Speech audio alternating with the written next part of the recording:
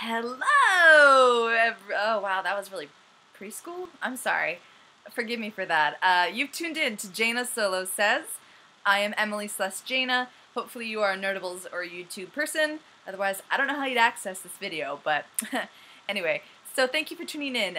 This is where I talk about nerdy things and other things that I find interesting, but they're usually about this such topic.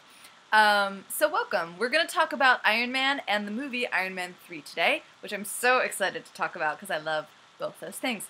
First, before we go any further, I do subscription shout out. If you subscribe to my YouTube channel or you follow me on Twitter, which is both emarsh000, I do a subscriber shout out to you. So I give you a little hi and thank you kind of thing. Okay, now this week, please bear with me. Thank you to this very long name. The best source for G1 Generation 1 Transformer reviews.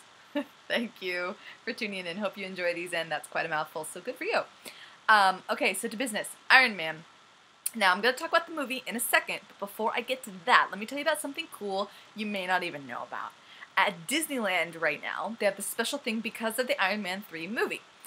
Basically, near Space Mountain, there is an innovations building, and inside's a lot of cool sciencey stuff, including on the upper level where you can basically go through an Iron Man experience. So not only do they have the actual Iron Man suits behind glass cases that you can look at, take pictures and blah blah blah, and they have the Mach 42 in the front with its own little special area, you can virtually try on and do a weapons and flight check in the suit. It's awesome. You stand on this little circle and it scans your body, and you get, like, so it'll fit you from head to toe perfectly. Then you get to do, like, a little dance to check out the armor and how it moves. And then you get to do it, like, they'll throw stuff at you. You can try out the weapons, you know, in the hands, like, and then you get to do, like, a flight check where it's like, okay, Jarvis is talking to you, and you're like, a little bit of this, a little bit of this, a little bit of this. It's awesome. Super fun. And so they have that at Disneyland. So you may not know, but go check it out if you're nearby, because it's super awesome. Okay, now to the movie. I don't want to spoil, like, there will be a couple spoilers, I'm gonna just admit that right now, but they're gonna be kind of general ones, like, or stuff you wouldn't really care too much about me telling you. I'm gonna keep the spoiler bits vague-ish.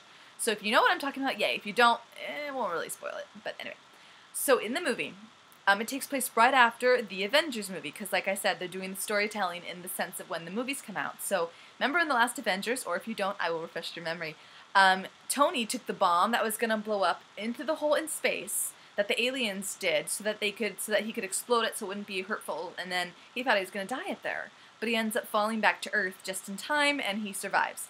However, he's now dealing with, like, PTSD and anxiety attacks, because not only did he think he was going to die, he, you know, is now worried about Pepper and himself, and, like, he knows that evil is not even, you know, constrained to this planet. It's like other places. So he has to deal with that. And because of that, he tinkers with his robots a lot and doesn't sleep. And it's tough on him. So he's not quite as playful as, like, the first movie, which, you know, obviously was amazing when he was Devil May Care guy. But he's still got his great one-liners, so don't worry about that. Those are still there. Ben Kingsley is the Mandarin. And I love you, Ben Kingsley. Like, you're such a great actor. I love you in Sneakers. And this is not that. But he plays a great bad guy, and there's a couple kind of fun twists with him, so that's awesome. Some of my favorite moments, one-liners, of course, of Tony's. This is one thing where something happens to Pepper Potts, both physically and situationally, and so he thinks at one point that she's gone, and she just appears out of the fog, and he's just like, I got nothing. Like, he's got no funny, witty one-liners, and that's hilarious in itself, so I love that one. And this is another one where he's running away from one of the bad guys, and she's like, really? A cheap trick and a one-liner? And he's like, honey, that could be the name of my autobiography. I thought that was funny, so yay. Anyway, there's a lot that happens in this movie. I did a lot of, like, like, out loud. I never do that out loud. Like, I never. But I did, like, 4 times. My friend Jen and I were like, like, a lot. So a lot of stuff happens. They do some really great storyline with his friend Brody, it's great. Like, it gets a bit of a meteor role, Don Cheadle. So yay! Great movie. Go see it. If you guys want to put anything else down below, of course you can. I'd love to hear from you guys. I really do. Thank you guys so much for tuning in. We'll see you next week, hopefully, on Jaina Solo Says. And ta-ta for now.